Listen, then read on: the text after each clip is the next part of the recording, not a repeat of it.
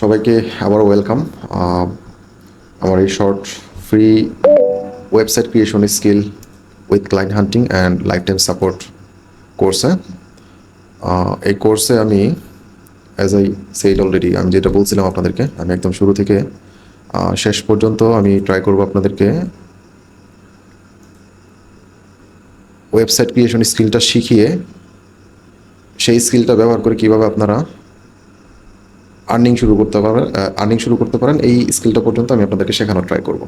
তো প্রথম ক্লাসে আমরা যেটা দেখছিলাম, আসলে প্রথম ক্লাসে তো ওইভাবে কিছু দেখানো হয় নাই, আপনাদেরকে জাস্ট বলা হয়েছিল ওয়ার্ডপ্রেসের সম্পর্কে, আমরা যে কোর্সটা করতে যাচ্ছি সেই কোর্স সম্পর্কে জাস্ট বলা হয়েছে আপনাদেরকে। তো ডেফিনেটলি ওয়ার্ডপ্রেসটা আসলে একটা ফিউচার প্রুফ স্কিল। এই স্কিলটা যদি আপনারা গ্যাদার করেন বা শিখেন তাহলে আপনাদের জন্য এটা আসলে হেল্পফুল একটা কোর্স হচ্ছে। এই স্কিলটা শিখলে আপনারা অবশ্যই এটা মনিটাইজ করে ইনশাল্লাহ ফ্রিল্যান্সিং জার্নিটা খুব ভালো মতোই শুরু করতে পারবেন। এটা আসলে ওইভাবে খুব বেশি আসলে একটা কোর্স তো এত অল্প সময়ে শিখে ফেলা যায় না, বাট আমি একদম মেইন কোর যে বিষয়গুলো আছে সেইগুলো আসলে কোর্সটাতে কভার করার ট্রাই করতেছি, যেন আপনারা একটা ফাউন্ডেশন পান এবং শুরু করতে পারেন। পরবর্তীতে যে আসলে আপনি যেখান থেকেই কোর্স করেন না কেন, ওই কোর্সের ভিডিও দেখে আসলে আপনি প্রপার যেই কাজ করার যে একটা এনার্জি, সেটা যদি আপনি পাইতে চান, ক্লাসগুলো তো করতে হবে, পাশাপাশি আপনার একটা স্কিল থাকতে হবে। সেটা হচ্ছে যে কোনো সময় যে কোনো ধরনের প্রবলেমে পড়বেন আপনি। ধরেন লেটসে আপনি একটা কাজ করতে গেছেন, সেই কাজটা আসলে কোথাও এই মুহূর্তে কাউরে আপনি জিজ্ঞেস করতে পারতেছেন না, বা সেটা সলিউশনটা আপনি জানেন না। তো এই সলিউশনটা, আপনি যেই প্রবলেমটা ফেস করতেছেন, এই প্রবলেমটা ওয়ার্ল্ড ওয়াইড যদি আপনি চিন্তা করেন, শুধুমাত্র আপনি ফেস করতেছেন না, এই সেম প্রবলেম কেউ না কেউ ওয়ার্ল্ড ওয়াইড কখনো না কখনো ফেস করছেই। এবং এই সেম প্রবলেমটার একটা না একটা সলিউশন আপনি যদি গুগল করতে জানেন, কীভাবে গুগল করতে হয়, এবং কোনো প্রবলেমে পড়লে সেই প্রবলেমটার উত্তর গুগল থেকে খুঁজে বের করতে হয় বা ইউটিউব থেকে খুঁজে বের করতে হয়, এই সিস্টেমটা বা এই সার্চের যেই নলেজটা, এই নলেজটা যদি আপনার ভিতরে থাকে, তাহলে আপনি লাইফে কখনোই আটকাবেন না। এই ইন্টারনেটের জগতে যে কোনো কোয়েশ্চেনের সমাধান আপনি এই ইন্টারনেট ইউজ করতে পারলে অবশ্যই অবশ্যই খুঁজে পাবেন। এখন তো চলতেছে আর্টিফিশিয়াল ইন্টেলিজেন্সের যুগ। যখন আমরা শুরু করছিলাম তখন আসলে এত রিসোর্স ছিল না, বাট তারপরেও গুগলে আমরা যে কোনো প্রবলেমে যখন পড়ছি, গুগলে সার্চ দিলে সেটা সমাধান খুঁজে পাইছি। আর এখন তো আরও সহজ হয়ে গেছে, যে কোনো প্রবলেম যদি আপনারা ফেস করেন তাহলে কিন্তু খুব সহজেই আর্টিফিশিয়াল ইন্টেলিজেন্সে, যেমন চ্যাট জিপিটি জিজ্ঞেস করতে পারতেছেন বা জেমিনিরে জিজ্ঞেস করতে পারতেছেন, জিজ্ঞেস করলে কিন্তু সেখানে আপনি সলিউশন পেয়ে যাচ্ছেন খুব সহজেই। সো কোর্সটা আমি বেসিক ফাউন্ডেশন আপনাদেরকে দিয়ে দিব। তো ফার্স্ট ক্লাস করছিলাম যেটা, সেটা হচ্ছে আপনাদেরকে বোঝানোর ট্রাই করছি যে ওয়ার্ডপ্রেসটা কেন একটা ভালো স্কিল, যেটা আপনারা শিখতেছেন, এবং নেক্সট ক্লাসগুলোতে আমরা কীভাবে আগাবো সেই জিনিসটা। তো আজকে হচ্ছে সেকেন্ড ক্লাস। আজকে আমরা কভার করার ট্রাই করব, যেটা আমি যেখানে অলরেডি টপিক লিস্ট করছি। ওয়েবসাইট অনলাইন করতে কী কী লাগে এই বিষয়টা সম্পর্কে জানবো, তারপর ডোমেইন হোস্টিং থেকে শুরু করে একদম domain hosting set up, cPanel set up, এবং ওয়ার্ডপ্রেসের ইনিশিয়াল যে সেট আপটা আছে সেই সেট আপটাও আমরা দেখব, যেন নেক্সট ক্লাসে যে আমরা মোটামুটি ওয়েবসাইটের মেইন যে পার্টটা, সেই পার্টটাতে আমরা হাত দিতে পারি। তো একটা ওয়েবসাইট আসলে আপনাদেরকে তো প্রথম ক্লাসে বলছি যে যারা বিজনেস ওনার, বা আমাদের ওয়ার্ল্ডে তো এখন প্রচুর বিজনেস তৈরি হচ্ছে, প্রতিনিয়তই বিজনেস তৈরি হচ্ছে, এবং প্রতিটা বিজনেসেরই অনলাইন প্রেসেন্স দরকার আছে। এবং অনলাইন প্রেসেন্স প্রফেশনালি তৈরি করতে গেলে আসলে একটা ওয়েবসাইট লাগে। আপনি দেখবেন যারা নতুন একটা বিজনেস শুরু করে, তারা প্রথমে যে কী করে, ফেসবুকে একটা পেজ খোলে বা ইনস্টাগ্রামে একটা পেজ খোলে। এটা আসলে খুলতে পারে প্রাথমিক একটা পরিচিতি অনলাইনে প্রেসেন্সের জন্য, বাট এটা আসলে প্রফেশনাল ওয়ে না। সেটাকে নেক্সট লেভেলে নিয়ে যেতে গেলে এবং তাদের ব্যবসাটাকে প্রফেশনালি কাস্টমারদের কাছে শো করাইতে গেলে কিন্তু একটা ওয়েবসাইটের প্রয়োজন পড়েই। সো প্রতিদিন যেহেতু নতুন নতুন বিজনেস হচ্ছে, ওয়েবসাইট লাগবেই। তো এই ওয়েবসাইট তৈরি করতে গেলে আসলে কি কি লাগে, এটা হচ্ছে মেইন বিষয়। আপনাদের যদি সহজে একটা স্যাম্পল উদাহরণ আমি দিই, সেটা হচ্ছে আপনারা একটা দোকান এর সেট আপ নিয়ে চিন্তা করতে পারেন। তো একটা দোকান সেট আপ করতে গেলে প্রথম কি প্রয়োজন হয়, অবশ্যই একটা নামের প্রয়োজন হয় বা একটা অ্যাড্রেসের প্রয়োজন হয়। এই যে এই দোকানের যে একটা নাম বা একটা ঠিকানা, এই জিনিসটাই কিন্তু হচ্ছে ডোমেইন, যেটা আমরা বলতেছি যে একটা ডোমেইন, ওয়েবসাইট ক্রিয়েট করতে গেলে একটা ডোমেইনের প্রয়োজন হয়, অর্থাৎ একটা নামের প্রয়োজন হয়। তো একটা দোকান আমরা তৈরি করতে গেলে একটা দোকানের নাম লাগে বা একটা অ্যাড্রেস লাগে। এরপরে যে জিনিসটা লাগে সেটা হচ্ছে ওই দোকানটা যেখানে তৈরি হবে, মানে একটা স্থান, একটা জায়গা লাগে, যেইখানে আমরা হচ্ছে দোকানটা তৈরি করব, দোকানের মালপত্র আসবাবপত্র সব কিছু রাখবো। তো এই যে স্পেসটা বা একটা জায়গা, এই জায়গাটাই হচ্ছে আমরা যদি ভার্চুয়ালি চিন্তা করি একটা ওয়েবসাইটের জন্য, এটা হচ্ছে আপনার হোস্টিং। ডোমেনের পরে হচ্ছে হোস্টিংয়ের একটা বিষয় গেল, এবং হোস্টিংয়ের পরে আপনার একটা ওয়েবসাইটে লাগে হচ্ছে কন্টেন্ট। এটাকে যদি আপনি দোকান দিয়ে চিন্তা করেন, সেটা হচ্ছে এই যে আপনার বিভিন্ন দোকানের ভিতরে মালপত্র থাকে, বিভিন্ন আসবাবপত্র থাকে, সেগুলোর আপনারা সাজায় রাখেন মালপত্র। তো এই যে দোকানের আসবাবপত্র, এই সিমিলারলি ওয়েবসাইটের জন্য হচ্ছে কন্টেন্ট থাকা লাগে। সেগুলো হচ্ছে text content, video content, image content. এগুলোরে হচ্ছে ওই যে দোকানে যেমন আমরা সাজায় রাখি, ওয়েবসাইটের ক্ষেত্রে এই যে text content, image content, video content, এই জিনিসগুলোর আমরা যখন সাজায় গুছায়া একটা ওয়েবসাইটের ভিতরে শো করাবো, তখন এটা হচ্ছে আপনার ওয়েবসাইট ডিজাইন হয়ে গেল, রাইট? তো এইভাবে আসলে একটা আপনাদেরকে বোঝানোর ট্রাই করলাম, আশা করতেছি বুঝতেছেন।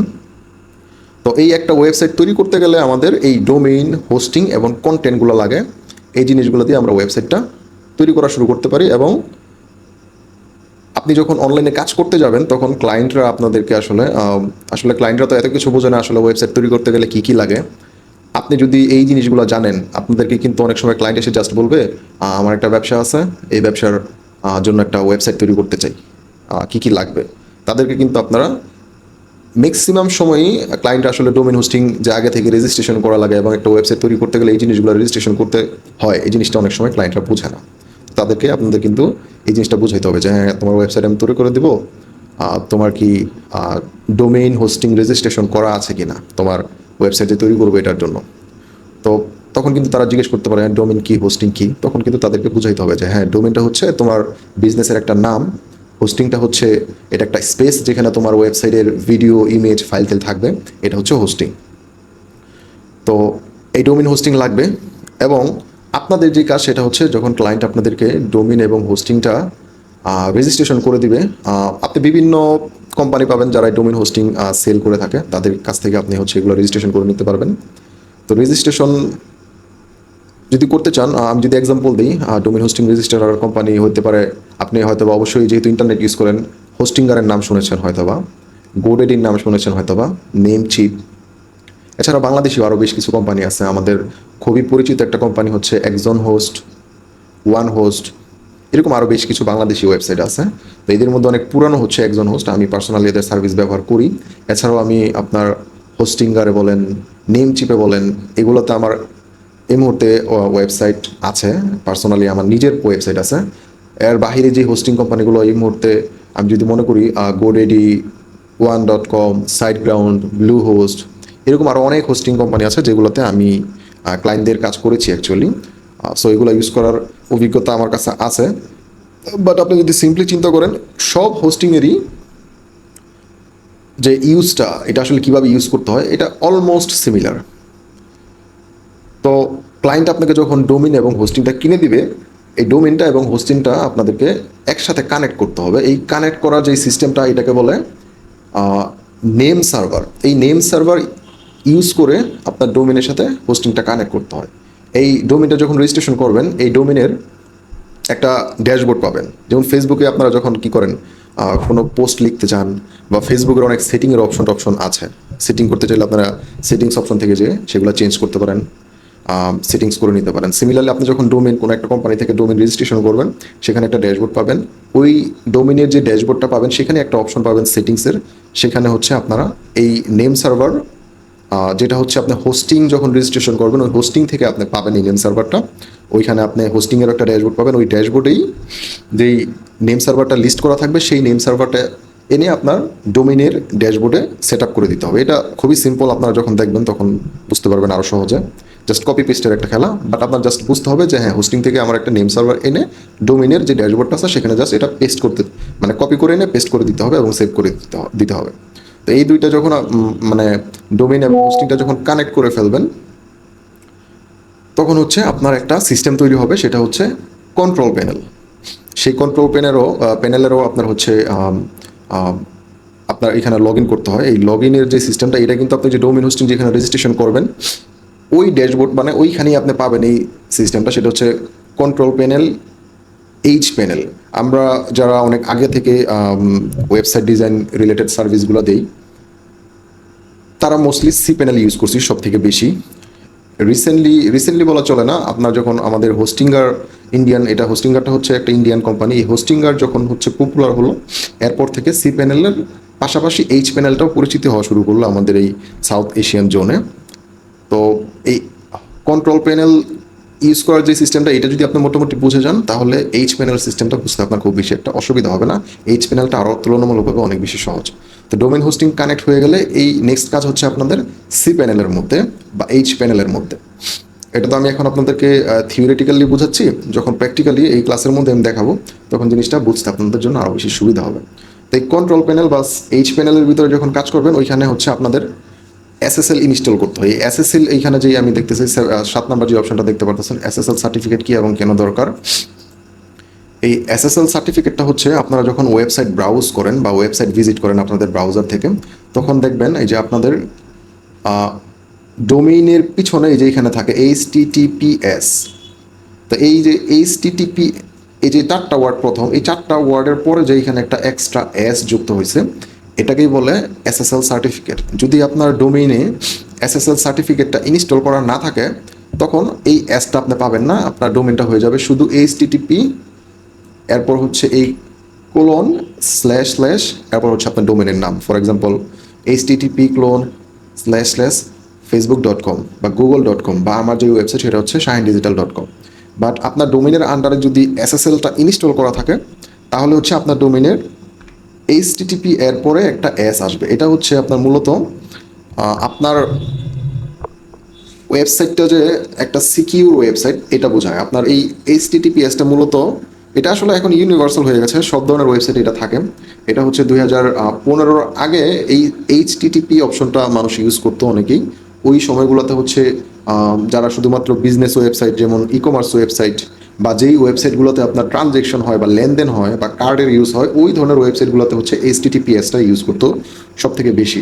তো এখন এসএসএলটা আসলে আপনি যখন ডোমেন এবং হোস্টিং কিনবেন কোনো কোম্পানি থেকে, তারা প্রথম বছরের সময় ম্যাক্সিমাম হোস্টিং কোম্পানিগুলোই একদম ফ্রিতেই দিয়ে দেয় এই এসএসএল সার্টিফিকেটটা, এবং এটা ইনস্টল করা খুব জটিল কোনো কিছু না। বাই ডিফল্ট আপনি পাবেন HTTP আপনার ডোমেনটা পিছনে। যখন আপনি এসএসএলটা ইনস্টল করে ফেলবেন, তখন এটা হয়ে যাবে HTTPS, এবং এই ইনস্টল করার প্রক্রিয়াটাও হচ্ছে সি প্যানেলের ভিতরেই পাবেন, এবং এটা খুবই সহজ। জাস্ট ক্লিক ক্লিক ক্লিক কিছু অপশন আছে, এগুলো ক্লিক করলে ইনস্টল হয়ে যাবে। তো এই এসএসএলটা এখন আপনি যখন ক্লায়েন্টের কাজ করতে যাবেন, তখন ডোমেন এবং হোস্টিং সেট আপ করার পরে সি প্যানেলের ভিতরে ঢুকে এসএসএলটা আপনাকে ইনস্টল করে নিতে হবে।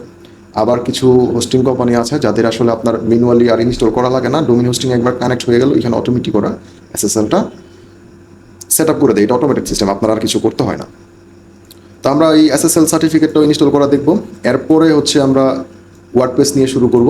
ওয়ার্ডপ্রেসটা আসলে কি, আমি প্রথম ক্লাস আপনাদেরকে বলেছিলাম। ওয়ার্ডপ্রেসটা হচ্ছে এটা একটা সিস্টেম, যে সিস্টেমটা আমরা ইউজ করবো। ফর এক্সাম্পল আমি যদি আপনাদেরকে বোঝাই, ফেসবুকে যে উদাহরণটা আমি গত ক্লাসে দিয়েছিলাম, ফেসবুকে আমরা কি করি, একটা অপশন আছে যেখানে লেখা আছে হোয়াটস অন ইউর মাইন্ড। এই ফিল্ডটাতে যেয়ে আমরা ক্লিক করে আমরা আমাদের টেক্সটগুলো লিখি, এবং একটা বাটন আছে পোস্ট করার, ওই বাটনে ক্লিক করে আমরা পোস্ট করে দিই। আবার যখন আমরা কেউ স্টোরি শেয়ার করতে চাই, তখন ওই স্টোরি যে অপশনটা আছে সেখানে আমরা ক্লিক করি, ক্লিক করে ওইখানে যে আমরা ফটো আপলোড করি, ফটোর উপরে কিছু লিখতে চাইলে লিখি, কোনো গান অ্যাড করতে চাইলে সেটা অ্যাড করি। তো এটা কি, এটা হচ্ছে ফেসবুকের একটা সিস্টেম, সেখানে পোস্ট করার জন্য একটা সিস্টেম, সেখানে স্টোরি দেওয়ার জন্য একটা সিস্টেম, সিমিলারলি মেসেঞ্জার আমরা মেসেজ দেওয়ার জন্য একটা সিস্টেম ফেসবুকে পাই। সো এরকমই আমরা যখন ওয়েবসাইট বানাইতে যাই, এই ওয়েবসাইটটা বানানোর জন্য বিভিন্ন অপশন আমরা যে পাই, যেই জায়গাটা পাই, মানে যেইখানে আমরা এই অপশনগুলো পাই, এটাকে বলা হচ্ছে কন্টেন্ট ম্যানেজমেন্ট সিস্টেম।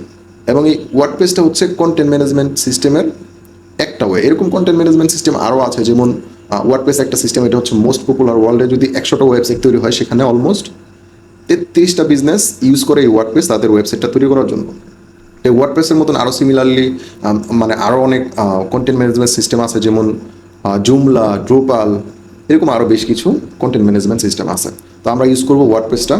এই ওয়ার্ডপ্রেসটা হচ্ছে মোস্ট পপুলার ওয়ার্ল্ডে, যেটা আমি বললাম, অলমোস্ট 43% বিজনেস এই ওয়ার্ডপ্রেসকে ইউজ করে তাদের ওয়েবসাইট তৈরি করার জন্য। কারণ এটা তুলনামূলকভাবে খুবই ইউজার ফ্রেন্ডলি, সহজে শেখা যায়, সহজে ম্যানেজ করা যায়, এবং এটার প্রচুর রিসোর্স রয়েছে ইন্টারনেটে, যেটা ইউজ করে ওয়েবসাইটটা খুব সহজে ম্যানেজ করা যায়। পাশাপাশি এটা খুবই রিজনেবল প্রাইসে পাওয়া যায়। তো এই ওয়ার্ডপ্রেস নিয়ে যখন আপনারা কাজ করতে যাবেন, তখন যদি ওয়ার্ডপ্রেস লিখে সার্চ দেন গুগলে, আপনারা দুইটা জিনিস পাবেন, একটা হচ্ছে wordpress.org আর একটা হচ্ছে wordpress.com। আপনি যদি ওয়ার্ডপ্রেস লিখে সার্চ দেন গুগলে, এই দুইটা অপশনই পাবেন। তো আপনি হয়তো বা কনফিউজড হয়ে যেতে পারেন যে আসলে wordpress.com নাকি wordpress.org, আমি আসলে কোনটা ইউজ করব। তো আমরা যে কাজগুলো করব কন্টেন্ট ম্যানেজমেন্ট সিস্টেমটা, এই সিস্টেমটা মূলত হচ্ছে wordpress.org এর ভিতরে আমরা পাবো, হ্যাঁ। আর wordpress.com যেটা, এখানে হচ্ছে আপনি এই যে আমি যেটা বললাম আপনাদেরকে যদি সহজ, এটা কঠিন করে বুঝাইতে গেলে আপনারা বুঝবেন না, আপনাদেরকে যদি সহজ করে বুঝাই, wordpress.comটা আপনারা চিন্তা করতে পারেন অনেকটা এটা একটা হোস্টিং কোম্পানির মতন।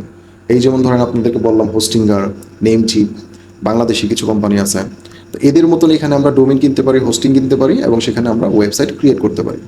তো এটা হচ্ছে ওইরকম, এটা আপনারা চিন্তা করতে পারেন জাস্ট একটা হোস্টিং কোম্পানির মতন করে চিন্তা করতে পারেন। আর wordpress.org যেটা, এটা হচ্ছে মূলত আমরা ইউজ করব, এটা কন্টেন্ট ম্যানেজমেন্ট সিস্টেমের হচ্ছে এটার সাথে রিলেটেড। এখানে হচ্ছে wordpress.org এর ভিতরে ওই যে ফার্স্ট ক্লাসে আপনাদেরকে বলেছিলাম আমরা থিম ইউজ করব, প্লাগইন ইউজ করব। থিম হচ্ছে অনেকটা আমরা মোবাইলে যেই থিম ইউজ করে আমাদের মোবাইলের লেআউট চেঞ্জ করে ফেলি, ডিজাইন চেঞ্জ করে ফেলি। তো এই থিমগুলা এবং ওই যে প্লাগইন হচ্ছে অনেকটা আপনার ওয়েবসাইটের অ্যাপসের মতন, যেমন আমরা ওয়েবসাইট মোবাইলের অ্যাপসের মতন প্লে স্টোর থেকে আমরা অ্যাপস ইনস্টল করে আমাদের মোবাইলের ফাংশনালিটি চেঞ্জ করি, বা বিভিন্ন নতুন কিছু ফাংশন ক্রিয়েট করি, বা মোবাইল দিয়ে যদি নতুন কিছু করতে যাই তখন কিন্তু আমরা অ্যাপ ইউজ করি। সিমিলারলি ওই আমাদের থিমের ভিতরে যদি নতুন কোনো কিছু অ্যাড করতে চাই, বা আমাদের মোবাইলে যেমন নতুন কিছু করতে গেলে অ্যাপ ইউজ করি, সিমিলারলি ওয়ার্ডপ্রেসেও থিমের পাশাপাশি আমরা প্লাগইন ইউজ করবো। সেই প্লাগইনগুলো এবং থিমগুলো এই wordpress.org-এই আমরা আসলে মূলত পাই। তো এরপরে হচ্ছে আমরা থিম প্লাগইন তো পেলাম, বুঝতে পারলাম। তো এই ওয়ার্ডপ্রেসের মধ্যে যে আমরা ওয়ার্ডপ্রেসের সিস্টেমটা ইউজ করবো, সেটার জন্য এটা কিন্তু আমাদেরকে ইনস্টল করতে হবে এই আমাদের ডোমেন হোস্টিংয়ের আন্ডারে। তো এটা ইনস্টল করা দেখবো আমরা। এটা গেল হচ্ছে আপনার থিওরিটিক্যাল পার্ট। আমি যদি এখন আপনাদেরকে প্র্যাকটিক্যালি দেখাই, এই যে এটা হচ্ছে আমার ওয়েবসাইট, আমার পার্সোনাল পোর্টফোলিও ওয়েবসাইট shahindigital.com। এই যে এই আমার ওয়েবসাইটটা আপনারা যে পেলেন, এটার জন্য কি করতে হয়েছে, এই যে আমার অ্যাড্রেসটা বা আমার ওয়েবসাইটের বা আমার যে বিজনেস সেটার নামটা লিখে কিন্তু আপনাকে সার্চ করতে হয়েছে। তো এটাই হচ্ছে ডোমেইন, এবং এই ডোমেইনটা আপনি তো আপনার নাম যদি চান, আপনি যদি গুগলে যে সার্চ করেন, আপনি কিন্তু আপনার নামে কোনো কিছুই পাবেন না যদি আপনার ওয়েবসাইট ক্রিয়েট করা না থাকে আপনার নামে। তো আমিও যদি আমার নাম লিখে যদি সার্চ করতাম, আমার যদি এই হোস্টিং সেট আপ করা না থাকতো, এই কন্টেন্টগুলো আমি ক্রিয়েট করে না রাখতাম, ডিজাইন করে না রাখতাম, তাহলে কিন্তু আমার ওয়েবসাইটটা পেতাম না। তো আমি যেহেতু একটা ডোমেন কিনেছি এবং সেই ডোমেনটা একটা হোস্টিং অর্থাৎ একটা স্পেসের সাথে কানেক্ট করে, সেখানে হচ্ছে আমি আমার এই টেক্সটগুলো, এই ইমেজগুলা, ভিডিওগুলো এখানে কানেক্ট করে দিয়েছি ইউটিউব থেকে, এগুলো যখন ওই স্পেসের মধ্যে রাখছি, এরপরে যে যদি কেউ আমার নামটা লিখে কেউ সার্চ করে গুগলে, তখন কিন্তু আমার ওয়েবসাইটটা তারা খুঁজে পাচ্ছে। তো এটার জন্যই আমাদেরকে ডোমেন এবং হোস্টিংটা প্রথমে রেজিস্ট্রেশন করে নিতে হবে। এটা হচ্ছে একদম ইনিশিয়াল ধাপ একটা ওয়েবসাইট তৈরি করার জন্য। তা আমি আপনাদের যেহেতু আপনারা নতুন জাস্ট শুরু করবেন, যখন ইন্টারন্যাশনাল কাজ করবেন তখন হচ্ছে ক্লায়েন্টরা এগুলো আপনাদেরকে কিনে দেবে, ডোমেন এবং হোস্টিং আপনারা নিজেরা কিনবেন না, ক্লায়েন্টরা আপনাদেরকে কিনে দেবে।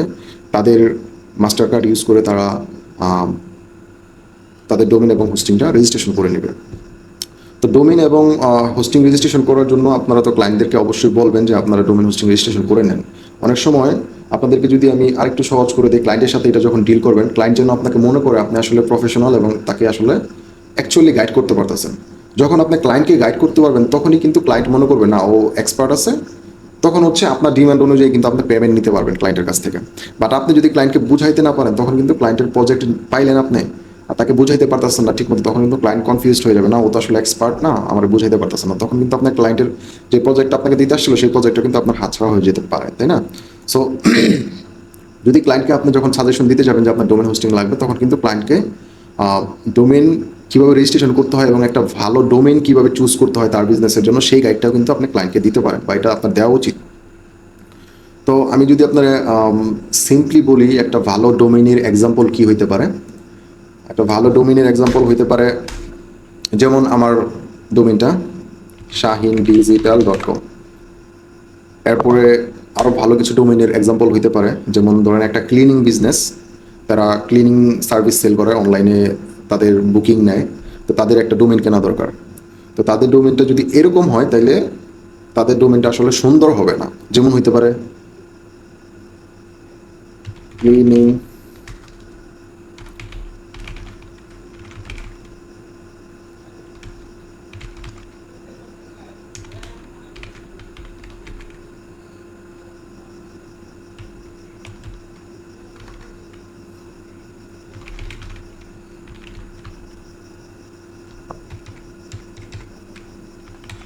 এটা একটা ধরেন নাম, এটা একটা নাম যদি চায় কেউ রেজিস্ট্রেশন করতে পারবে ডোমেন হিসাবে।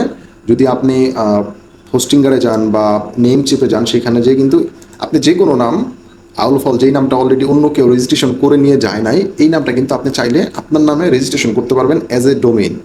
তো ফর এক্সাম্পল একটা ক্লিনিং সার্ভিস সে এরকম একটা ডোমেইন তার জন্য রেজিস্ট্রেশন করে ফেললো, উল্টাপাল্টা একটা নাম দিয়ে জাস্ট রেজিস্ট্রেশন করে ফেললো।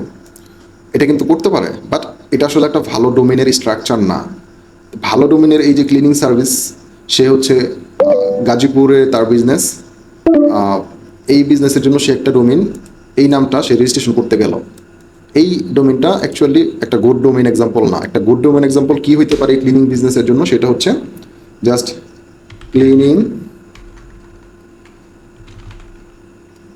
cleaning.ঢাকা.com, সিম্পল। এটা একটা ভালো ডোমেন হতে পারে। এই ডোমেনটা কি হবে, এই ডোমেনটা কিন্তু শর্ট হইলো এবং এই ডোমেনটা সহজেই বুঝতে পারতেছে মানুষ যে এটা একটা ক্লিনিং বিজনেস যেটা ঢাকার মধ্যে, রাইট? আপনি যে এই ডোমেনটা লিখছেন, এখানে বিস্তারিত লিখছেন যে এই cleaning business website of Shahin from Gazipur, WordPress site 123.info, এই জিনিসটা কিন্তু মানুষ মনে রাখতে পারবে না। একটা ডোমেন আমরা যখন রেজিস্ট্রেশন করতে যাই, তখন আমরা চিন্তা করি কয়েকটা বিষয়। সেটা হচ্ছে এই ডোমেনটা কি ছোট কিনা, এবং এই ডোমেনটা কি আসলে মানুষ সহজে মনে করতে পারবে কিনা, এবং এই ডোমেনটার ভিতরে হাবিজাবি কোনো শব্দ নাই। যেমন আপনি একটা ডোমেন রেজিস্ট্রেশন করছেন, এইখানেই ধরেন আপনি করলেন এই ক্লিনিং ঢাকা 24/7 দিয়ে দিলেন। এই যে ডোমেনের মাঝখানে আপনি যে ড্যাশ দিলেন, তারপরে নাম্বার দিলেন, এই জিনিসগুলো আপনারা অ্যাভয়েড করা ট্রাই করবেন যখন একটা ডোমেন রেজিস্ট্রেশন করবেন। এই সেম জিনিসটা আপনি যখন ক্লায়েন্টের সাথে কথা বলবেন, তখন ক্লায়েন্টকে বলবেন, when you register your domain try to make it short and memorable. এবং আপনি কিছু এক্সাম্পলও দিয়ে দেবেন। ক্লায়েন্ট যখন বলবে যে আমি ক্লিনিং বিজনেসের জন্য ডোমেন রেজিস্ট্রেশন করবো, তখন কিন্তু আপনি ক্লায়েন্টকে বলতে পারেন, যখন তুমি ক্লিনিং বিজনেসের জন্য রেজিস্ট্রেশন করবো, তখন তোমার ডোমেনের এক্সাম্পলটা এরকম হতে পারে, cleaning service Toronto for example, বা cleaning service Canada for example. এরকম যেন হয়, এই ডোমেনের মাঝখানে যেন কোনো ড্যাশ ইউজ না করে বা নাম্বার ইউজ না করে, এই জিনিসগুলো অ্যাভয়েড করা ট্রাই করবেন ক্লায়েন্টদেরকে। তো গুড এক্সাম্পল যেটা, সেটা তো দিলামই, cleaning.ঢাকা.com, এটা হচ্ছে ডোমেন। এবং হোস্টিং আমরা যদি আপনাদেরকে বাংলাদেশি একটা সাইট দেখাচ্ছি আমি, এরপরে আমি আমার রেজিস্ট্রেশন করা যেখানে আছে, এটা হচ্ছে হোস্টিঙ্গার এবং নেমচিপ, সেটা আমি দেখাবো। বাট প্রথমে আপনাদেরকে বোঝার জন্য আমি বাংলাদেশি একটা সাইট দেখাচ্ছি, যেখান থেকে আপনারা চাইলে ডোমেন হোস্টিং রেজিস্ট্রেশন করতে পারেন। এখানে আমার কোনো এফিলিয়েট নাই বা কোনো প্রফিট নাই এটা দেখাইলে, বাট আপনাদের জাস্ট শেখার জন্য এখান থেকে দেখাচ্ছি আমি, ওকে? এবং আমি নিজেও আমার টাকা খরচ করে আপনাদেরকে ডোমেন এবং হোস্টিং কীভাবে রেজিস্ট্রেশন করতে হয় সেটা আমি দেখাই দিচ্ছি। তো এরকম একটা সাইট হচ্ছে exonhost.com, এটা একটা বাংলাদেশি সাইট। এটা হচ্ছে একটা বাংলাদেশি ওয়েবসাইট যারা হচ্ছে ডোমেন এবং হোস্টিং সার্ভিস সেল করে, অর্থাৎ এখান থেকে আপনারা হচ্ছে ডোমেন এবং হোস্টিং রেজিস্ট্রেশন করে নিতে পারবেন আপনাদের ওয়েবসাইট ক্রিয়েট করার সময়। তো সিমিলারলি এরকম আরও অনেক ইন্টারন্যাশনাল ওয়েবসাইট আছে যেগুলো আরও বেশি ট্রাস্টেড, এবং এমনও ওয়েবসাইট রয়েছে যেখান থেকে আপনি আরও অনেক চিপ প্রাইসে ডোমেন এবং হোস্টিং রেজিস্ট্রেশন করতে পারবেন।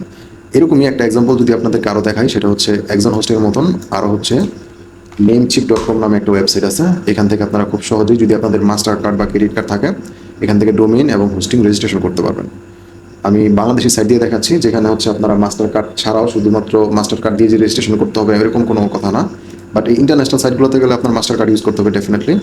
আর এই বাংলাদেশি সাইট থেকে যদি কিনেন, মাস্টার কার্ড ইউজ করেও কিনতে পারবেন, পাশাপাশি আমাদের যে বাংলাদেশি পেমেন্ট গেটওয়েগুলো আছে, যেমন বিকাশ, নগদ, এগুলো ইউজ করেও, রকেট, এগুলো ইউজ করেও আপনারা রেজিস্ট্রেশন করতে পারবেন।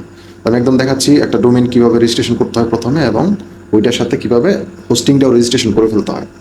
এখানে যদি আমি একটা এক্সাম্পল ডোমেন এখন আমি কিনি, ফর এক্সাম্পল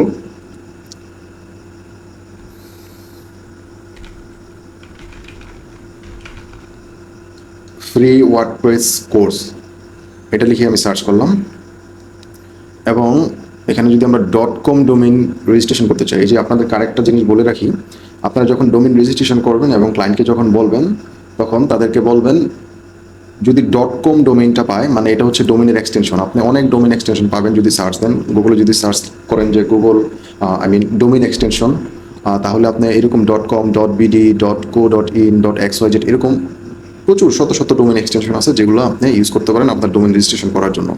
তো এগুলোর মধ্যে থেকে সব থেকে বেশি স্ট্যান্ডার্ড এবং গ্রহণযোগ্য ডোমেনটা হচ্ছে .com।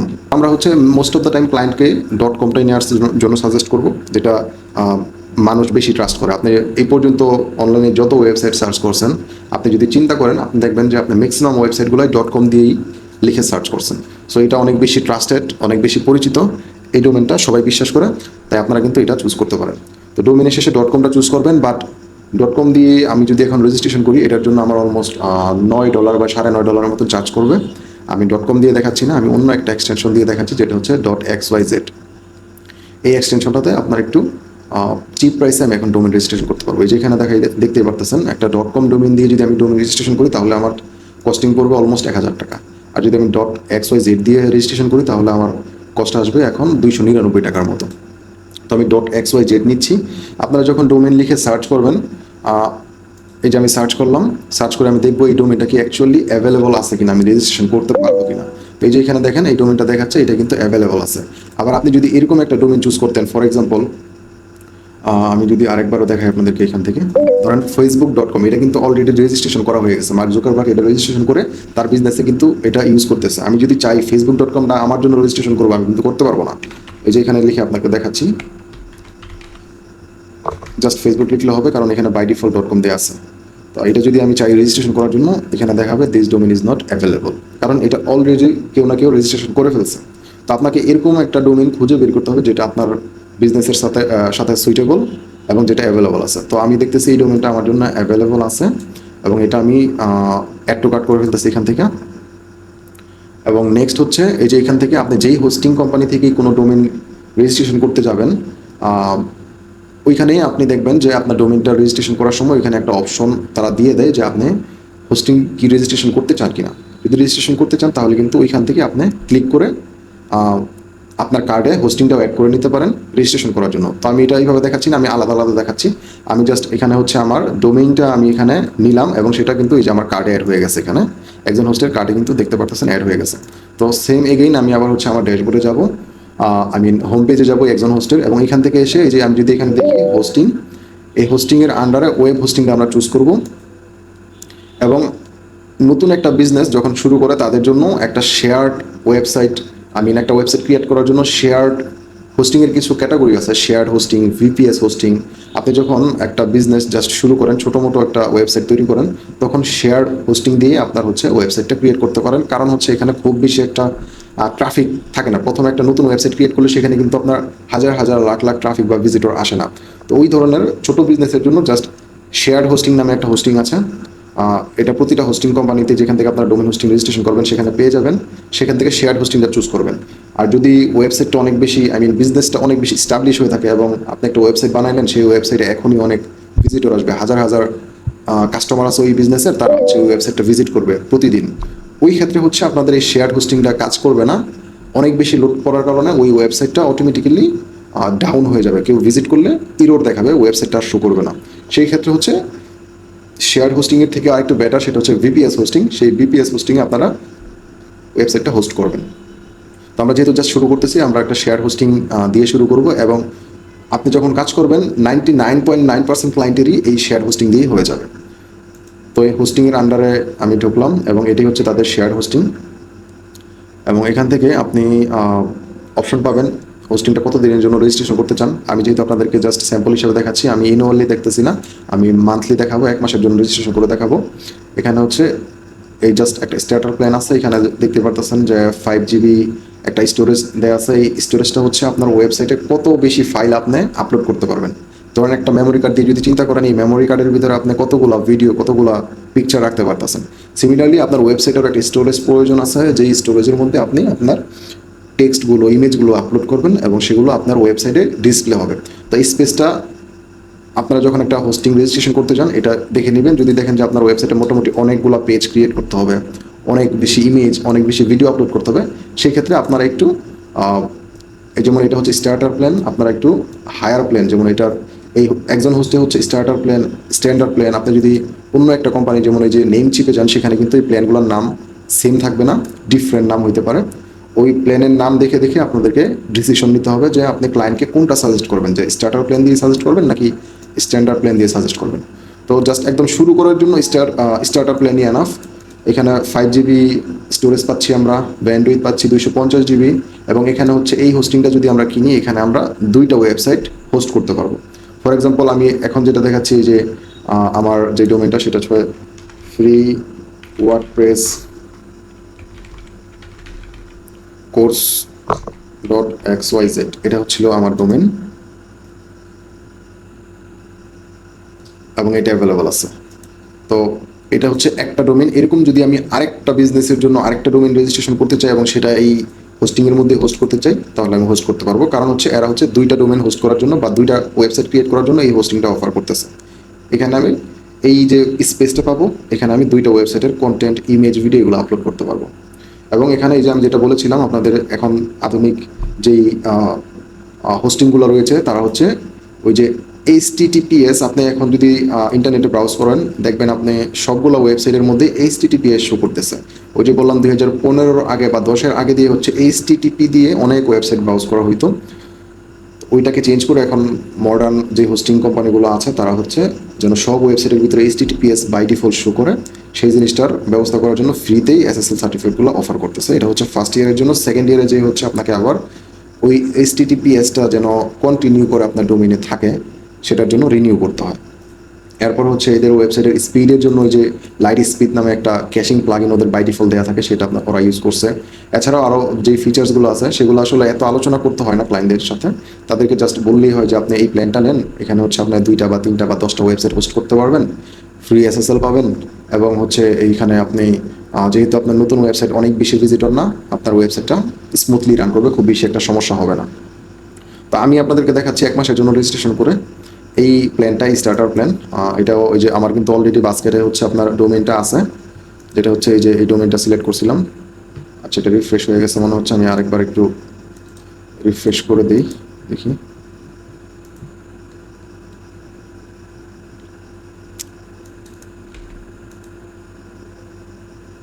অ্যাড টু কার্ট দিলাম, যেখানে 2টা চলে আসছে, আসুক সমস্যা হয়। পরবর্তীতে আমরা যখন পেমেন্ট করতে যাব তখন এটা হচ্ছে কার্ট থেকে রিমুভ করে দেওয়া যায়। এখান থেকে আমরা হোস্টিংটা চুজ করতেছি, এটা স্টার্টারটা, গেট স্টার্টেড। এবং এখানে ওরা বলতেছে যে তুমি কি কোনো হোস্টিং নিতে চাও, আই মিন কোনো ডোমেন কি নিতে চাও কিনা। আমার তো এখানে অলরেডি একটা ডোমেন অলরেডি সিলেক্ট করেছিলাম, বাট এই জিনিসটা এখানে শো করতেছে না। যেহেতু শো করতেছে না, আমি এখানে আমার ডোমেনটা আরেকবার লিখি যে এই ডোমেনটা আমি নিতে চাচ্ছি, এটা হচ্ছে XYZ, এবং এখানে আমি ক্লিক করতেছি কন্টিনিউ। এবং এখানে কন্টিনিউ করার পর এরা নিয়ে যাবে হচ্ছে আমাকে ডোমেনটা এবং হোস্টিংটা রেজিস্ট্রেশন করার জন্য। এটা যে আমার আন্ডারে রেজিস্ট্রেশন হচ্ছে, আমার ইনফরমেশনগুলো এখানে ফিল আপ করতে হবে। তো আমি এখানে আমার ডেমো ইনফরমেশনগুলো ফিল আপ করে নিচ্ছি।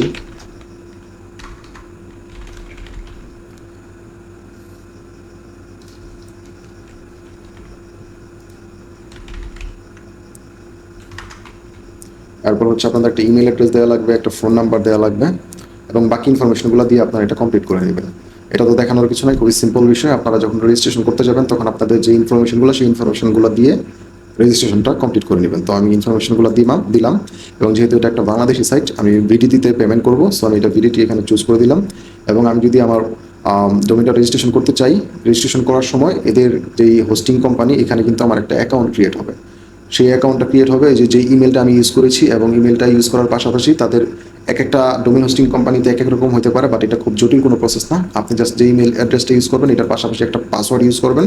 অনেক সময় এই পাসওয়ার্ডটা রেজিস্ট্রেশন করার সময় ইউজ করতে বলে না, সেক্ষেত্রে হয় কি, আপনি তো রেজিস্ট্রেশন করে ফেললে বাই ডিফল্ট হচ্ছে এদের ড্যাশবোর্ডটা পাবেন, যেখান থেকে আপনি ডোমেন এবং হোস্টিংটা কন্ট্রোল করতে পারবেন। বাট অনেক সময় বাই ডিফল্ট পাইলেন, বাট আপনি কেটে দিলেন, আবার নতুন করে আপনার ডোমেন হোস্টিংয়ের ড্যাশবোর্ডে ঢুকতে চাচ্ছেন, তখন কি হয়, এই ইমেলটা ইউজ করতে হয়। এবং যেহেতু আপনার পাসওয়ার্ড ইউজ করেন নাই, তার মানে আপনার পাসওয়ার্ড নাই, এবং নতুন করে আবার যদি লগ ইন করতে যান তখন ইমেল অ্যাড্রেস এবং পাসওয়ার্ড দিতে হয়। তো যেহেতু পাসওয়ার্ড ইউজ করেন নাই, আপনি পাসওয়ার্ড জানেন না, ওইখানে একটা অপশন পাবেন যে পাসওয়ার্ড রিসেট করে নেওয়ার। তো তখন ওইখানে পাসওয়ার্ড রিসেট অপশনে যেয়ে আপনার ইমেল অ্যাড্রেসটা দিবেন এবং পাসওয়ার্ড রিসেট রিকোয়েস্টটা দিবেন। তখন ওই রিসেট করার জন্য একটা লিঙ্ক আপনাদের ইমেলে পাঠিয়ে দেবে, ওই ইমেলের ইনস্ট্রাকশন ফলো করে আপনাদের পাসওয়ার্ডটা রিসেট করে নেবেন। এখানে যেহেতু আমার অলরেডি একটা অপশন দিছে, সেটাই আমি চুজ করি। এই ইমেল অ্যাড্রেস দিয়ে অ্যাকচুয়ালি আমার অলরেডি একটা ডোমেন কেনা আছে। আমি একটা নতুন ইমেল অ্যাড্রেস দিয়ে আমি খোলার ট্রাই করি, একটু ওয়েট করুন, দেখি আমার একটা ইমেল অ্যাড্রেস নেই।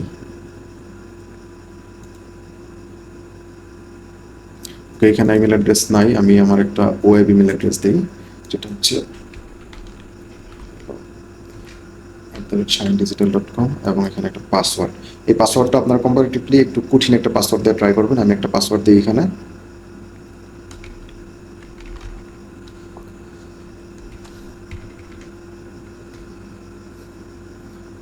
যে কোনো একটা পাসওয়ার্ডই দিই আমি। এটা একটা পাসওয়ার্ড ইউজ করতেছি, আমি জাস্ট এখানে সেভ করে রাখতেছি। এটা আপনাদেরকে অবশ্যই আমি দিব যেন আপনারা প্র্যাকটিস করতে পারেন, এই কন্ট্রোল প্যানেল থেকে যেন প্র্যাকটিস করতে পারেন, সেটার জন্য আমি আপনাদেরকে লগ ইন ডিটেলসটা দিয়ে দিব পরবর্তীতে। এটা একটা পাসওয়ার্ড এবং এখানে কনফার্ম পাসওয়ার্ড দিলাম এবং এখানে আমার পারচেস করতেছি আমি স্টার্টার প্ল্যানটা এবং ডাটা সেন্টার। এখানে আপনারা যখন একটা ডোমেইন এবং হোস্টিং রেজিস্ট্রেশন করতে যাবেন, তখন যে হোস্টিংটা রেজিস্ট্রেশন করতে চাচ্ছেন, এই হোস্টিংটা আপনি কোন লোকেশন থেকে সার্ভ করাতে চাচ্ছেন। একটা হোস্টিং কোম্পানি যখন সেট আপ হয়, ওই হোস্টিং কোম্পানির সার্ভারগুলো, অর্থাৎ এটা আপনারা হয়তো বা নাম শুনছেন ডাটা সেন্টার বলে কিছু টার্মস হয়তো বা আপনারা অলরেডি জানেন, যেহেতু আপনারা ফেসবুক এবং ইন্টারনেট ইউজ করেন। এই হোস্টিং কোম্পানিগুলো কিছু ডাটা সেন্টার আপনার ইউএসএতে রেখে দিয়েছে। এই যে এখানে যদি আমি আপনাদেরকে সিম্পলি দেখাই, একজন হোস্টের ডাটা সেন্টার, কিছু ডাটা সেন্টার আছে হচ্ছে ইউএসএতে, এরপর একটা ডাটা সেন্টার আছে সিঙ্গাপুরে, বাংলাদেশেও আছে, পাশাপাশি আরেকটা ডাটা সেন্টার আছে জার্মানিতে। তো আপনি যদি বাংলাদেশি হয়ে থাকেন এবং আপনার কাস্টমার বেস বাংলাদেশি, সেই ক্ষেত্রে আপনি আপনার যখন হোস্টিংটা রেজিস্ট্রেশন করবেন তখন আপনি চুজ করবেন বাংলাদেশ। তাহলে হবে কি, আপনার যে ওয়েবসাইটটা যখন কেউ সার্চ করবে, তখন আপনার ওয়েবসাইটটা, ওই যে আপনি একটা স্পেস কিনলেন, এই স্পেসটা মূলত আপনি কিনলেন হচ্ছে বাংলাদেশের যে ডাটা সেন্টারটা আছে, এই ডাটা সেন্টারের আন্ডারে, এবং আপনার ওয়েবসাইটটা এখান থেকে প্রথমে লোড হবে। সেক্ষেত্রে এই ওয়েবসাইটটা যেহেতু আপনি বাংলাদেশ থেকে সার্চ করছেন এবং বাংলাদেশে আপনার ডাটা সেন্টার, আপনার ওয়েবসাইটটার লোডিং স্পিডটা একটু ভালো হবে। বাট আপনি যখন ইন্টারন্যাশনাল কাজ করবেন, ধরুন আপনার একটা ক্লায়েন্ট সে ইউএসএ থেকে আসছে এবং সে হচ্ছে নিউ ইয়র্কের বাসিন্দা, তখন তার ডাটা সেন্টারটা সে যখন চুজ করবে, বা আপনি যদি তার হোস্টিংটা রেজিস্ট্রেশন করে দেন, তখন তার জন্য আপনি নিউ ইয়র্ক ইউএসএ এই ডাটা সেন্টারটা চুজ করবেন। তাইলে হবে কি, যেহেতু সে তার বিজনেসটা রান করতেছে নিউ ইয়র্কে এবং তার customer base definitely mostly new York থেকেই হবে, রাইট? সো তখন তারা হচ্ছে নিউ ইয়র্ক থেকে সার্চ করলে তাদের ওয়েবসাইটটা একটু দ্রুত লোডিং হবে এবং তারা তাদের ওয়েবসাইটটা তাড়াতাড়ি পাবে, লোডিং স্পিডটা বেশি হওয়ার কারণে। এবং বিলিং সাইকেল এখানে হচ্ছে আমি আসলে 12 মাসের জন্য নিচ্ছি না। যদি ক্লায়েন্টদের জন্য রেজিস্ট্রেশন করেন, তখন ম্যাক্সিমাম সময় তাদেরকে 12 মাসেরটাই সিলেক্ট করে দিবেন, হয়তো বা তারা 1 বছরের জন্য রেজিস্ট্রেশন করতে চাইবে।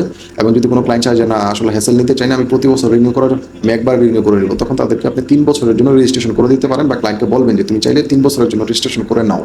এবং যত বেশি সময়ের জন্য রেজিস্ট্রেশন করবেন, তখন কিন্তু এই হোস্টিং কোম্পানিগুলো একটা ডিসকাউন্ট অফার করে। এই ডিসকাউন্টটা যদি আপনারা বেশি পেতে চান, সেক্ষেত্রে বেশি সময়ের জন্য রেজিস্ট্রেশন করতে পারবেন ক্লায়েন্টদেরকে। তো আমি যেহেতু জাস্ট আপনাদেরকে শেখানোর জন্য দেখাচ্ছি, সো আমি 1 মাসের জন্য সিলেক্ট করলাম। তো অর্ডার সামারি এখানে যদি কোনো কুপন থাকতো তাহলে আমি কুপন ইউজ করতাম, আমার আপাতত কোনো কুপন নাই। কুপন ইউজ করলে অনেক সময় এক্সট্রা একটা ডিসকাউন্ট পাওয়া যায়, তো এখানে আমার আপাতত কোনো কুপন নেই। আমি এগুলো সিলেক্ট করে দিলাম, কন্ডিশনগুলো পড়ার সময় নাই, এবং এখান থেকে জাস্ট প্লেস হোল্ডার করে দিলাম।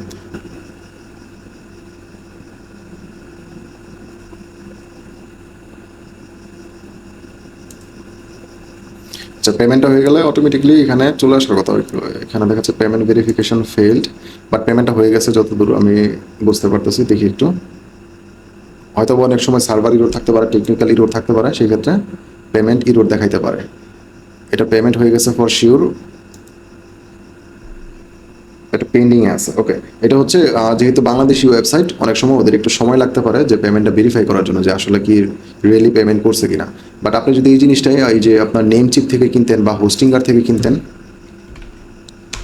তাহলে সাথে সাথে কিন্তু কার্ড দিয়ে কিনতেন এবং সাথে সাথে জিনিসটা এনেবল হয়ে যেত। তো আমি যেহেতু এখানে একটা প্রবলেমে পড়ছি অলরেডি, যে আমার ডোমেন হোস্টিংটা কিনলাম বাট এটা এখনও কিন্তু পেন্ডিং দেখাচ্ছে, তো কী করবো আমি? এরকম প্রবলেম কিন্তু এই ক্ষেত্রে যে হবে না, হইতে পারে অনেক সময়। এই প্রবলেমগুলোতে যখন আপনারা পড়বেন, তখন কি করবেন, এই যে আপনাদের প্রতিটা ডোমেন হোস্টিং কোম্পানির ওয়েবসাইটেই তাদের সাথে কমিউনিকেট বা তাদের থেকে সাপোর্ট নেওয়ার জন্য অপশন আপনি পাবেন। তো আমি এখান থেকে হচ্ছে যেহেতু আমি অলরেডি পেমেন্ট করছি তাদেরকে, বাট আমার এই ডোমেন হোস্টিংটা পেন্ডিং দেখাচ্ছে, আমি তাদেরকে সাপোর্টে জিজ্ঞেস করবো যে প্রবলেম কি, আমি আমার ডোমেন হোস্টিংটা যেহেতু পেমেন্ট করছি চাইতেছি, সেখানে আমি কাজ করবো। তো আমি এখানে তাদের সাথে সাপোর্ট নিয়ে ট্রাই করি।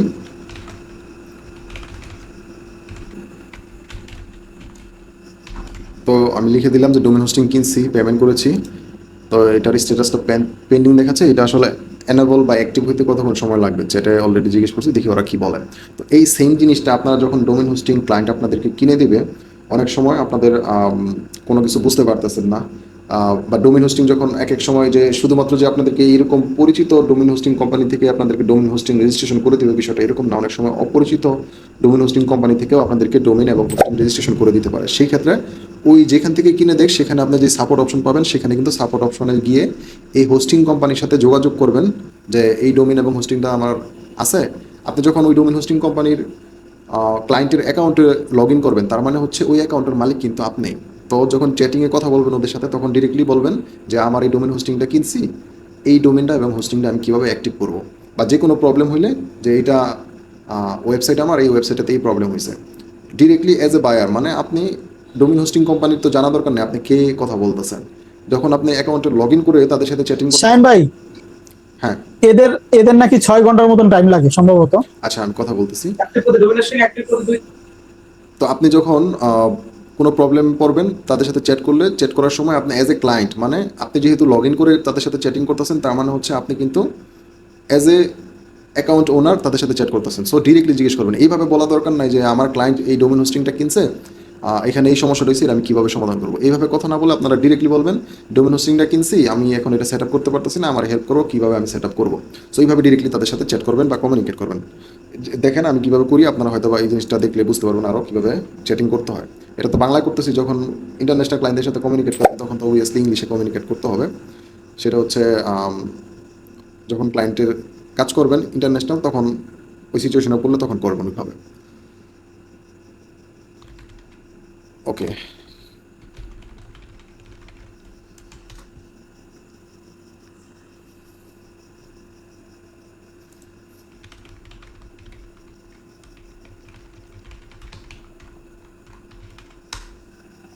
ওকে তাদেরকে মানে আমার অ্যাকাউন্টটা যেন সহজে খুঁজে পায়, আমার ইমেলটাও দিয়ে দিলাম, অ্যাকাউন্টটা সহজে খুঁজে পাবে এবং অ্যাক্টিভ করে দেবে। ওকে বলতেছে তারা কিছু সময় অপেক্ষা করতে, কিছু সময়ের ভিতরেই এটা অ্যাক্টিভ করে দেবে। এর মধ্যে আমি আপনাদেরকে বুঝাই, ডোমেন এবং হোস্টিংটা তো রেজিস্ট্রেশন হয়েই গেল।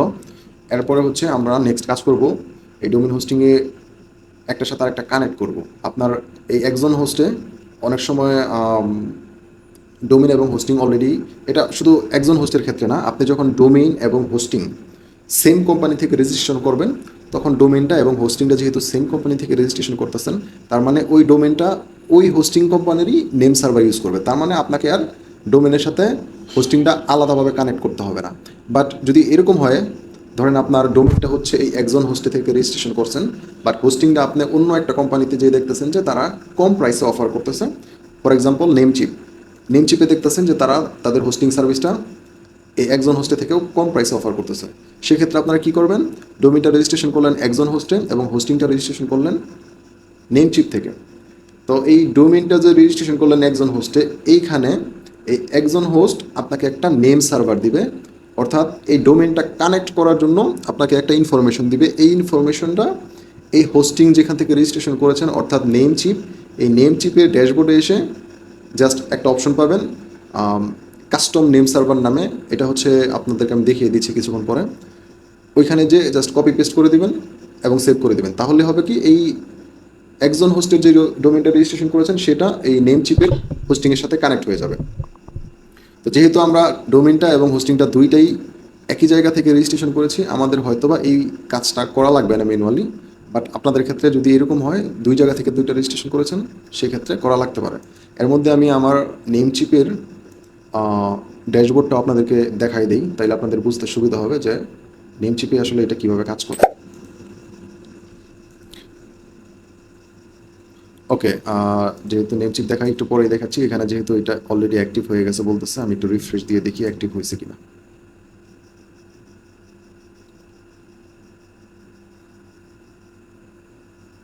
ওকে, এখানে দেখাচ্ছে আমার কিন্তু ডোমেনটা এবং হোস্টিংটা অলরেডি অ্যাক্টিভ হয়ে গেছে। ওই রকম অনেক বেশি সময় এখানে লাগে নাই। ওকে, তো এই যে দেখেন আপনাদের আমি যেটা বললাম, ডোমেন এবং হোস্টিং রেজিস্ট্রেশন হয়ে যাওয়ার পরে আমি কিন্তু চাইলে এখন এই যে আমার এখানে ওদের সিস্টেমেই দেখাচ্ছে একটা সি প্যানেল অর্থাৎ কন্ট্রোল প্যানেল কিন্তু ক্রিয়েট হয়ে গেছে। এখন আমি চাইলে আমার এই সি প্যানেল লগ ইন করতে পারবো। এর আগে ভিউ ডিটেলস আমি ক্লিক করে দেখি এখানে কী দেখায়। দেখাচ্ছে আমি শেয়ার হোস্টিং কিনেছি, ডোমেন নিয়েছি, এটা এটা আপাতত অ্যাক্টিভ আছে এবং আমার রেজিস্ট্রেশনটা করেছি এই ডেটে এবং রিনিউ করতে হবে এই ডেটে যদি আমি এটা অ্যাক্টিভ রাখতে চাই। রিকারিং অ্যামাউন্ট কন্ট্রোল প্যানেল দেওয়া আছে এবং আমার একটা ইউজার নেম ওরা অটো জেনারেট করে দিচ্ছে। আমি যদি আমার ওই কন্ট্রোল প্যানেল, আমি কিন্তু এই মুহূর্তে আসি আমার এই যে ডোমেন হোস্টিং রেজিস্ট্রেশন করেছি, এই ডোমেন হোস্টিং রেজিস্টার অ্যাকাউন্টের ড্যাশবোর্ডে। এই ডোমেন হোস্টিং রেজিস্ট্রেশন করার পরে, ডোমেনটা এবং হোস্টিংটা কানেক্ট হওয়ার পরে নেক্সট আরেকটা স্টেপ, সেটা হচ্ছে কন্ট্রোল প্যানেল বা এইচ প্যানেল। এই কন্ট্রোল প্যানেল বা এইচ প্যানেলে কিন্তু লগ ইন করার জন্য আরেকটা ইউজার নেম এবং পাসওয়ার্ড লাগে, যেটা আপনি আপনার ইমেল অ্যাড্রেসে পেয়ে যাবেন, অথবা আপনি যেখানে রেজিস্ট্রেশন করেছেন ওইটার ড্যাশবোর্ডে পাবেন। এই যে সিমিলারলি আমি কিন্তু আমার এই ড্যাশবোর্ডে অলরেডি পেয়ে গেছি যে আমার ইউজার নেম এটা, এবং আমার অলরেডি কিন্তু ওরাই একটা পাসওয়ার্ড এখানে দিছে। যে পাসওয়ার্ডটা আমি যদি চাই এখান থেকে দেখে কপি করে পেস্ট করে নিয়ে ইউজ করতে পারবো। তো এটা তো এখানে আছে, আমি লগ ইন করে দেখাচ্ছি আপনাদেরকে। দেখি কি বলছে, কিছু সময় অপেক্ষা করুন, চেক করুন, সেখানে সিপিএন ডিটেল শেয়ার করা হচ্ছে। ওই যে আপনাদেরকে যেটা বলছি, আপনি যখন ডোমেন হোস্টিং রেজিস্ট্রেশন করে ফেলবেন তখন আপনার ইমেল অ্যাড্রেসে এই এই যে এই লগ ইন ডিটেলসটা, এই লগ ইন ডিটেলসটা কিন্তু আপনার ইমেল অ্যাড্রেসে তারা পাঠিয়ে দেবে। এই যে আমি যদি আমার ইমেল অ্যাড্রেসটা চেক করি, আমি তো আরেকটা ট্যাবে ওপেন করেছি, এখানে আপনাদেরকে দেখাই।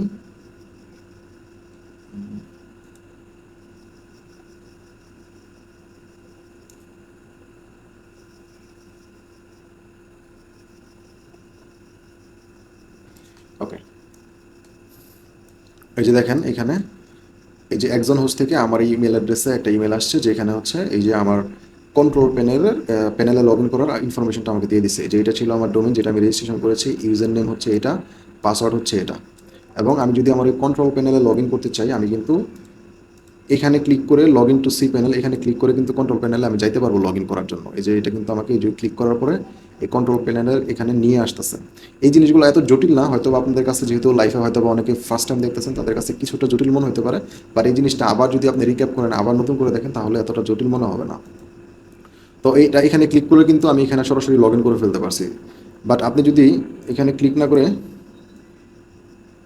এখান থেকে এই ইনফরমেশনগুলো দিয়ে লগ ইন করতে চান, সেক্ষেত্রে আপনার কী করতে হবে, এই যে এই কন্ট্রোল প্যানেল ইউআরএল এর এই কপিটা, এই ইউআরএল কপিটা আপনার ব্রাউজারে পেস্ট করতে হবে। ব্রাউজারে পেস্ট করলে আমরা যেমন একটা ওয়েবসাইট ভিজিট করি, সিমিলারলি এই কন্ট্রোল প্যানেল লগ ইন করার জন্য এই কন্ট্রোল প্যানেলের ইউআরএলটা ভিজিট করতে হবে। ভিজিট করার পরে এখানে ইউজার নেম এবং পাসওয়ার্ডটা ইউজ করতে হবে। তো ইউজার নেম হচ্ছে এইটা, এবং পাসওয়ার্ড আমি যেটা পাইছি সেটা হচ্ছে এটা। তো আমি ইউজার নেম তো অলরেডি দেওয়া আছে, পাসওয়ার্ডটা কপি করলাম এবং এখানে যে লগ ইন বাটনে প্রেস করলাম, তাহলে কিন্তু এটা আমার সি প্যানেলে নিয়ে আসলো।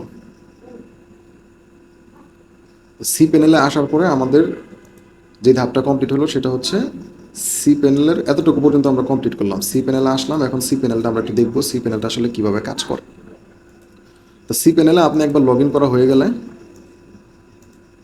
এখানে আপনি বিভিন্ন অপশন পাবেন। এখান থেকে আপনি ইমেল ক্রিয়েট করতে পারবেন, যেটা হচ্ছে ওয়েব মেল। মূলত এটা কিন্তু জিমেলের মতো না, এটা হচ্ছে ওয়েব মেল। এরপর হচ্ছে ফাইল ম্যানেজার। এই ফাইল ম্যানেজারটা মূলত হচ্ছে আপনার ওয়েবসাইটের যত ফাইল আপনি রাখবেন, ভিডিও বলেন, ইমেজ বলেন, টেক্সট বলেন, এই সমস্ত বিষয়গুলো হচ্ছে এই ফাইল ম্যানেজারে এসে জমা হবে। ডোমেইন রিলেটেড যত কাজ আছে সব কিছু এই ডোমেইনের আন্ডারে করবেন। এরপরে ম্যাট্রিক্স, এটা ওইভাবে প্রয়োজন পড়ে না।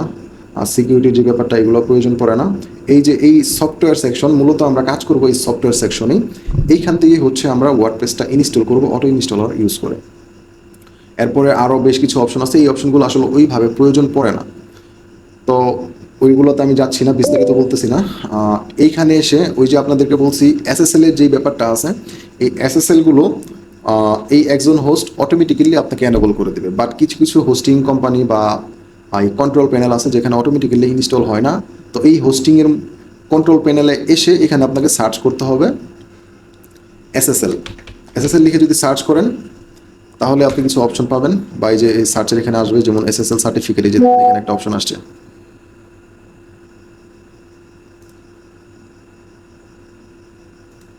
তো আমি আপনাদেরকে ওই অতিরিক্ত, ওকে নুরু ভাই, আমি করতেছি শর্টেই শেষ করার ট্রাই করতেছি। আসলে হয় কি, নতুনদেরকে একদম বিস্তারিত না বললে অনেক সময় তারা বিষয়গুলো নিয়ে কনফিউশনে থাকে, একটার সাথে আরেকটা কানেক্ট করতে পারে না। নেক্সট যেটা, সেটা হচ্ছে এসএসএল এর পার্টটা ধরে নেন ম্যাক্সিমাম হোস্টিং কোম্পানি থেকে আপনারা অটোমেটিক্যালি ইনস্টল করা পাবেন। তো এসএসএল এর পার্টটা দেখাচ্ছি না, আপনার একটা জাস্ট ডোমেন এবং একটা হোস্টিং কেনা হলো। এরপরে কন্ট্রোল প্যানেলে এসে আপনাদের যে কাজটা থাকবে সেটা হচ্ছে ওয়ার্ডপ্রেস ইনস্টল করা। আপনাদের ডোমেনের আন্ডারে একটা ওয়ার্ডপ্রেস, যেটা হচ্ছে কন্টেন্ট ম্যানেজমেন্ট, সেটা ইনস্টল করা। এখানে কিন্তু যে আপনাদেরকে বলেছিলাম কিছু আরও কন্টেন্ট ম্যানেজমেন্ট সিস্টেম আছে, যেটা হচ্ছে ওয়ার্ডপ্রেসের বাইরে, অর্থাৎ হচ্ছে আপনার ড্রুপাল, জুমলা, এই যে দেখেন এখানে কিন্তু আপনি কন্টেন্ট ম্যানেজমেন্ট অনেকগুলো পেয়ে যাবেন, যেমন ওয়ার্ডপ্রেস একটা কন্টেন্ট ম্যানেজমেন্ট সিস্টেম, এরপরে রয়েছে জোমলা, অ্যাপটানি কার্ড, এরকম আরও বেশ কিছু আহ, কি বলে কন্টেন্ট ম্যানেজমেন্ট সিস্টেম আছে যেগুলো ইউজ করে কিন্তু ওয়েবসাইট তৈরি হয়। But most of the business যেটা হচ্ছে ওয়ার্ল্ডে অ্যারাউন্ড 43% বিজনেস ইউজ করে ওয়ার্ডপ্রেস। তো আপনাদের কাজ হচ্ছে ওয়ার্ডপ্রেসটা ইনস্টল করা, ইসি প্যানেল এসে ওয়ার্ডপ্রেসটা ইনস্টল করার জন্য এখানে এসে যে অপশনটা পাবেন সফটক্লাস অ্যাপ ইনস্টলার, এই যে দেখতে পাচ্ছেন, অথবা ওয়ার্ডপ্রেস ম্যানেজ বাই সফটক্লাস, যে অপশনটাই পান না কেন সেটাতে জাস্ট ক্লিক করবেন। ক্লিক করার পরে নেক্সট পেজে নিয়ে যাবে, যেখানে হচ্ছে এর একটা অপশন দিবে আপনাদেরকে ইনস্টল ওয়ার্ডপ্রেস। তো এখানে আপনারা যখন ওই সফটক্লাস ওয়ার্ডপ্রেস ইনস্টলে ক্লিক করবেন, ওইটা কিন্তু আপনাকে নেক্সট পেজে নিয়ে আসবে, যেখানে হচ্ছে এই যে ওয়ার্ডপ্রেস আপনারা দেখতেছেন, এইটা হচ্ছে আমাদের কন্টেন্ট ম্যানেজমেন্ট সিস্টেম যেটা আমরা ইউজ করব। তো এটা আমরা যেহেতু ইনস্টল করতে চাই, জাস্ট আমরা ওয়ার্ডপ্রেস ইনস্টল এই বাটনটাতে ক্লিক করে দেব। ক্লিক করে দিলে নেক্সট অপশনে, নেক্সট পেজে আপনারা হচ্ছে এই যে এখানে দেখেন, এখানে অপশন দিছে আমরা আসলে কোনটাতে ইনস্টল করতে চাই। যেহেতু আমাদের অলরেডি এসএসএল ইনেবল করা আছে, সো আমরা ইনস্টল করব হচ্ছে HTTPS, এটাতে ইনস্টল করব। এবং আমাদের ডোমেন, যেহেতু আমরা একটা ডোমেন ইনস্টল করছি, পারচেস করছি, সো আমাদের এখানে শুধুমাত্র একটা ডোমেন দেখতেছি।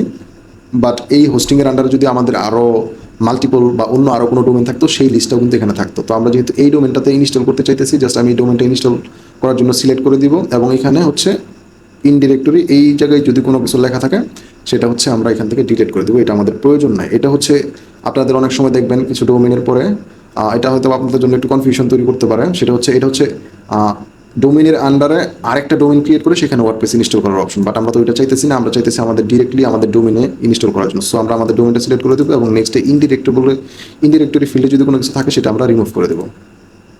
এবং নেক্সটে হচ্ছে এখানে যে সাইট সেটিংস, এখানে কোনো কিছু চেঞ্জ করা দরকার নাই, যা আছে ডিফল্ট রাখেন। এখানে যে অ্যাডমিন অ্যাকাউন্ট, এখানে এসে আপনাদের যে একটা ইউজার নেম ক্রিয়েট হবে, আপনারা ওয়ার্ডপ্রেস ইনস্টল করার পরে আপনাদের কিন্তু এই ওয়ার্ডপ্রেস দিয়েই ওয়েবসাইটটা ক্রিয়েট করতে হবে। তো এই ওয়ার্ডপ্রেসে ওয়েবসাইট ক্রিয়েট করতে গেলে আপনাদের ড্যাশবোর্ডে বারবার লগ ইন করতে হবে। তো ওই লগ ইন করার জন্য যেই ইনফরমেশনগুলো লাগবে, সেই ইনফরমেশনগুলোই মূলত এখানে আপনাদেরকে দিতে হবে। ওদের বাই ডিফল্ট কিছু ইনফরমেশন দেওয়া আছে যেগুলো আপনারা ইউজ করবেন না কখনোই। তো আমি এটাই রাখতেছি জাস্ট আপনাদেরকে দেখানোর জন্য। বাট আপনারা যখন এখানে ইনফরমেশন দিবেন, ইউজার নেম এবং পাসওয়ার্ড, এটা অনেক কঠিন একটা পাসওয়ার্ড দেওয়া ট্রাই করবেন, এবং ইউজার নেমটাও অ্যাডমিন রাখার, মানে অ্যাডমিন রাখবেন না, যেহেতু এটা হচ্ছে অনেক সময় যারা থার্ড পার্টি হ্যাকার টেকার রয়েছে তারা যখন এই জিনিসগুলো হ্যাক করতে চায় তখন এই মোস্টলি এই নামগুলো দিয়ে শুরু করে। সো এই আপনারা এখানে ইউজার নেমটা একটা কঠিন নাম দিয়ে ট্রাই করবেন, পাসওয়ার্ডটাও সিমিলারলি একটা কঠিন নাম দিয়ে ট্রাই করবেন। এবং নেক্সট হচ্ছে একটা অ্যাডমিন ইমেল অ্যাড্রেস এখানে দিতে হবে। এই অ্যাডমিন ইমেল অ্যাড্রেসটা হচ্ছে আপনার, আপনি যখন ওয়েবসাইট ক্রিয়েট করতে যাবেন, এই লগ ইন ইউজার নেম এবং পাসওয়ার্ড আপনার হয়তো ভুলে গেছেন। এই ইউজার নেমটা এবং পাসওয়ার্ডটা রিকভার করার জন্য আপনার এই একটা ইমেল অ্যাড্রেস এখানে সেট আপ করে দেবেন। এই ইমেল অ্যাড্রেসটা ইউজ করে সেগুলো রিকভার করতে পারবেন যদি কখনো ভুলে যান। এবং এই ইমেল অ্যাড্রেসটা অবশ্যই একটা অ্যাক্টিভ ইমেল অ্যাড্রেস দেওয়ার ট্রাই করবেন। সো আমি অ্যাক্টিভ ইমেল অ্যাড্রেস এটা আমি দিয়ে দিতেছি, এবং এরপরে হচ্ছে আপনি জাস্ট ইনস্টল বাটনে ক্লিক করলেই এটা হচ্ছে ইনস্টল হয়ে যাবে। তো আমি এখানে দেখতে পারতেছি একটা প্রবলেম এখানে তৈরি হয়েছে, যেটা হচ্ছে trusted SS certificate was not found. তার মানে হচ্ছে ওদের সিস্টেমে এখনও এই এসএসএলটা কাজ করতেছে, এখনও এটা পুরোপুরি অ্যানেবল হয় নাই। বাট এটা হয়তো বা কিছু সময় লাগতে পারে, এটা অ্যানেবল হয়ে যাবে, এসএসএলটা অটোমেটিক্যালি অ্যানেবল হয়ে যাবে। যদি অ্যানেবল না হয়, ওই যে আপনাদের সার্ভিসের প্রথমে যে প্রবলেমে পড়ছিলাম আমরা, এবং প্রবলেম পড়ার কারণে ওদের সাপোর্টে এসে যোগাযোগ করছি, সিমিলারলি আবার এখানে সাপোর্টে এসে যদি আমি তাদেরকে বলি যে আমার ডোমিনের শেষে এস যুক্ত হয় নাই, তাহলে ওরা এটা শুনে হচ্ছে আপনাকে এসএসএল ইনস্টল করে দিবে। এটা খুবই সিম্পল। সেম এটা হচ্ছে একজন হোস্টের ক্ষেত্রে, অন্য অন্য ডোমেন হোস্টিং কোম্পানিতেও যদি আপনার এরকম প্রবলেম ফেস করেন, জাস্ট সাপোর্টে এসে বলবেন যে আমার এসএসএলটা ইনস্টল করে দাও, সেটা ইনস্টল হয় না বা অ্যানেবল হয় না। তো আমি এটা নিয়ে আর ওদের সাথে এখন চ্যাট করে সময় নষ্ট করতেছি না, আমি ডিরেক্টলি ইনস্টল বাটনে ক্লিক করে দিতেছি। ওকে, এটাতে ক্লিক করে দিলে এখানে ইনস্টল প্রসেস একটু সময় নেবে। এই যে দেখেন ইনস্টলটা কিন্তু কমপ্লিট হয়ে গেছে। এখন যদি আমি আমার ওয়েবসাইটটা ভিজিট করি, যেহেতু আমি এসএসএলটা ইনস্টল করি নাই, হয়তো বা একটা ইরোর দেখাইতে পারে যদি আমি এস দিয়ে ব্রাউজ করি। যদি ইরোর দেখায়, সেক্ষেত্রে যেহেতু এসএসএল ইনস্টল করি নাই, আমি শুধু HTTP দিয়ে ব্রাউজ করব, দেখি কি হয়। এই যে দেখাচ্ছে your connection is not private, যেহেতু আমি এসএসএল ইনস্টল করি নাই। তো এটা একটা ভালো এক্সাম্পল হয়ে গেল আপনাদের, যেহেতু এসএসএল ইনস্টল করা ছাড়া কীরকম হয় সেটাও দেখতে পারলেন। তো যেহেতু আমি এসএসএল ছাড়া ইনস্টল করছি, সো আমি এসএসএল অর্থাৎ এই এসটা আমি এখান থেকে রিমুভ করে দিয়ে আমি যদি ডোমেনটা ব্রাউজ করি, তাহলে দেখবেন যে আমি দেখতে পারতেছি আমার ওয়েবসাইটটা খুব সহজেই। এই যে আমাদের ওয়েবসাইটটা কিন্তু আমাদের যে বেসিক স্ট্রাকচার ওয়ার্ডপ্রেস ইনস্টল হয়ে গেলে দেখা যায়, সেই বেসিক স্ট্রাকচারটা কিন্তু এখানে শো করতেছে। তো এটাতে এখন আমি যদি লগ ইন করতে চাই, আমরা ওয়েবসাইট তো এখানে হয়ে গেল। এই ওয়েবসাইটের মধ্যে কিন্তু মূলত আমরা বিভিন্ন পেজ দিব, বিভিন্ন কন্টেন্ট দিব, সব কিছু দিয়ে ওয়েবসাইটটা সাজাবো। তো এইটা সাজানোর ক্ষেত্রে ওই যে আমরা একটা ইউজার নেম এবং পাসওয়ার্ড ইউজ করে এখানে ইনস্টল করছিলাম সেই ইউজার নেম এবং পাসওয়ার্ড দিয়ে যদি আমরা লগ ইন করতে চাই এটা ড্যাশবোর্ডে, সেক্ষেত্রে আপনাকে আপনার ডোমেনের শেষে একটা এক্সট্রা ওয়ার্ড লিখতে হবে, সেটা হচ্ছে /WP -admin। এই যে এই এক্সট্রা ওয়ার্ডটা লিখে যদি আপনার ডোমেনটা ব্রাউজ করেন, তাহলে হচ্ছে এটা আপনাকে লগ ইন ড্যাশবোর্ডে নিয়ে যাবে। তো এখানে হচ্ছে আমি জাস্ট ওই যে ইউজার নেমটা এবং পাসওয়ার্ডটা দিয়ে লগ ইন করবো। ইউজার নেম ছিল অ্যাডমিন এবং পাসওয়ার্ড ছিল 5। সো এটা ইউজ করে আমি যদি লগ ইন করি, তাহলে কিন্তু ড্যাশবোর্ডে লগ ইন হয়ে যাবে।